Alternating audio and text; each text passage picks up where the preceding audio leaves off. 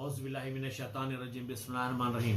अज़ीज़ान मिल्लत इस्लामी अस्सलाम वालेकुम रहमतुल्लाहि वबरकातुहू। जैसे कि आप लोग जानते हैं, कल या परसों का सिविल कोर्ट का एक ऑर्डर है जहां पर अजमेर शरीफ के नीचे शिव मंदिर है बोलकर क्लेम है, तो उसके लिए सर्वे का जो है सो परमिशन मिल गया।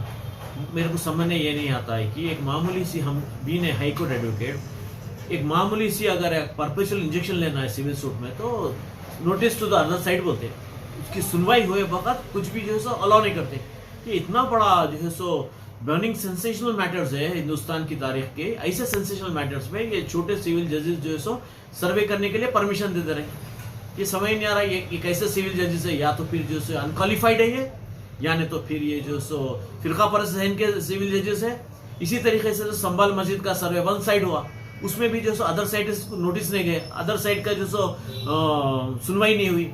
ये किस तरीके से जुडिशरी चल रही समझ नहीं आ रहा हिंदुस्तान की तारीख में। शुरू होता बाबरी मस्जिद से, ज्ञानपाई मस्जिद, मथुरा मस्जिद, संभल मस्जिद, अब अजमेर शरीफ की। मैं खास तौर से अजमेर शरीफ के जो पिटिशनर है, मैं इसको ये बोलना चाहूंगा कि जो भी डाला है पिटिशन बहुत बुरा किया है। यकीन मानो ऐसे हालात होंगे पिटिशनर और वो जज के घर की जगह ईंट की जगह ढेला नहीं रहेगा, उनकी हस्ती मिट जाएंगी। क्यों मतलब जो अजमेर शरीफ के साथ जो खिलवाड़ कर रहे हैं, शिव मंदिर है उसके नीचे जो बोल रहे हैं, यहाँ पर तुम्हारे मोदी साहब खुद जाके चादर चढ़ाते।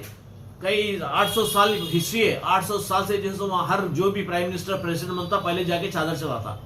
तो जो भी पिटिशनर है और जो भी जज वन साइड ऑर्डर पास करा बगैर issuing the notice to the other side, एक मामूली इंजेक्शन ऑर्डर के लिए नोटिस अलाउ करते, जब तक क्या सुनवाई नहीं हुई, जब तक ऑर्डर नहीं थे। तो हिंदुस्तान के हालात ऐसे बुरे होते जा रहे हैं। बीजेपी की हुकूमत में कुछ समझ नहीं आ रहा। यहाँ पर जो है कई माइग्रेट हो जा रहे हैं हिंदुस्तान छोड़ के, कई जगह हिंदुस्तान छोड़ के दूसरे कंट्रीज को चले आ रहे हैं। मुस्लिम नहीं, दूसरे भी चले आ रहे हैं, दूसरे रिलीजन के लोग भी यहाँ से शिफ्ट हो रहे हैं। क्या मतलब this is become very tough day by day, जो बहुत हालात बहुत खराब होते जा रहे हैं। मैं खासतौर से मुसलमान भाइयों बहनों को ये बोलना चाहूंगा कि हर घर में एक वकील की जरूरत है। पढ़ाइए, अपने बच्चों को वकील बनाइए। अब तक डॉक्टर इंजीनियर बनाते गए, लेकिन आपके लिए, आपके हक के लिए, आपके राइट्स के लिए लड़ने के लिए वकील होने की जरूरत है। आप लोग जो है सो वकील बनाइए, एक ऐसा वकील बनाइए, काबिल तरीन वकील बनाइए, जजेस बनाइए, कॉम्पिटिटिव एग्जाम्स में लिखाइए IAS IPS। वरना जो है सो जो कौम जो है सो वक्त पे नहीं जाती, वो कौम निस्तो नाबूद हो जाती, वो कौम मिट जाती। तारीख गवाह है इसकी तारीख गवाह है। आप अपने बच्चों को काबिल तरीन वकील कॉम्पिटिटिव एग्जाम्स में उतारिए ताकि वो खुद अपनी आवाज बन के उठे, वरना आप मिट जाएंगे, आप निस्तो नाबूद हो जाएंगे। तो अजमेर शरीफ का जो इश्यू हुआ है, that is not at all acceptable. हम अपनी शरीयत में किसी को मदाखिलत करने नहीं देंगे। हिंदुस्तान में जो है सो रह रहे तो हम भी कॉन्स्टिट्यूशन फॉलो करते, आप भी कॉन्स्टिट्यूशन फॉलो करना। हर एक के इक्वल राइट्स है। वर्शिप एक्ट 1991 की तो कोई अहमियत ही नहीं रही। चंद्रचूड साहब की वजह से जो ज्ञानपावी मस्जिद का सर्वे कराए, और उन्होंने जो है सो राम मंदिर में वन ऑफ द 5 पैनल जजेस के एक मेंबर थे, उन्होंने बोले कि इस पे बाबरी मस्जिद का जो है सो बाबरी मस्जिद के उस पे ये एक्ट लागू नहीं होता। कैसे एक्ट लागू नहीं होता? हर चीज में एक्ट लागू होता। हिंदुस्तान के एक्ट कई के लिए बनाए गए? फिर क्या खाली किताब की हद तक रखने के लिए? कोई प्रैक्टिकल नहीं है इसमें। तो मैं दोस्तों, बुजुर्गों और भाई और बहनों, मैं आप लोगों से अपील करता हूँ, आप अपने बच्चों को पढ़ाइए लिखाइए। फतरे मारने से कुछ फायदा नहीं है, कुछ नहीं होगा। फतरे मारेंगे, जला देंगे गाड़ियां, आपके ऊपर केसेस बुक होंगे। आप फॉलो करो, लॉ एंड ऑर्डर को फॉलो करो।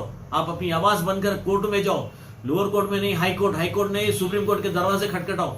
लेकिन ये फतरमबाजी करके इनोसेंट लोगों को मार दिया गया। देख रहे हैं ना आप, पत्थर से कोई इंसाफ नहीं मिलेगा आपको, पत्थरों से नहीं मिलेगा आपको, प्रोटेस्ट से नहीं मिलेगा। आप कोर्ट कचहरी के अदालत के दरवाजे खटखटाओ, यहाँ नहीं इंटरनेशनल कोर्ट तक जाओ, लेकिन कानून को अडॉप्ट करो। मैं रिक्वेस्ट करता हूँ हमारे नौजवान भाइयों और बहनों से, लॉ को अपने हाथ में मत लो, go through due process of law. जब ड्यू प्रोसेस ऑफ लॉ से जाएंगे, आज नहीं तो कल नहीं तो परसों आपको हक में तो रहेगा। कम से कम लंबा प्रोसेस चलेगा। आज कई संभल में बच्चों को मार दिया गया, CA/NRC में कई जनों को शूट करके मार दिया गया। क्या मिला उनको? प्रोटेस्ट करके फायदा नहीं है। आप जो सो कानून के दरवाजे खटखटाओ, और आप जो सो अपना हक मांगने से भीख नहीं मिलती, याद रखिए, खींचने से तख्तो ताज मिल जाता। तो आप लीगली करिए, जो भी करना है लीगली करिए। तो अब अजमेर में जो अब इश्यू है, it is going to burn very very badly. India की में जो सो कई लोगों के तख्तो ताज बदल देंगे। क्यों बोले तो वहाँ ऐसी शख्सियत है अजमेर शरीफ की कि बहुत मुश्किल हो जाएगा हिंदुस्तान की हालात को सुधारने के लिए। खुदा हाफिज़।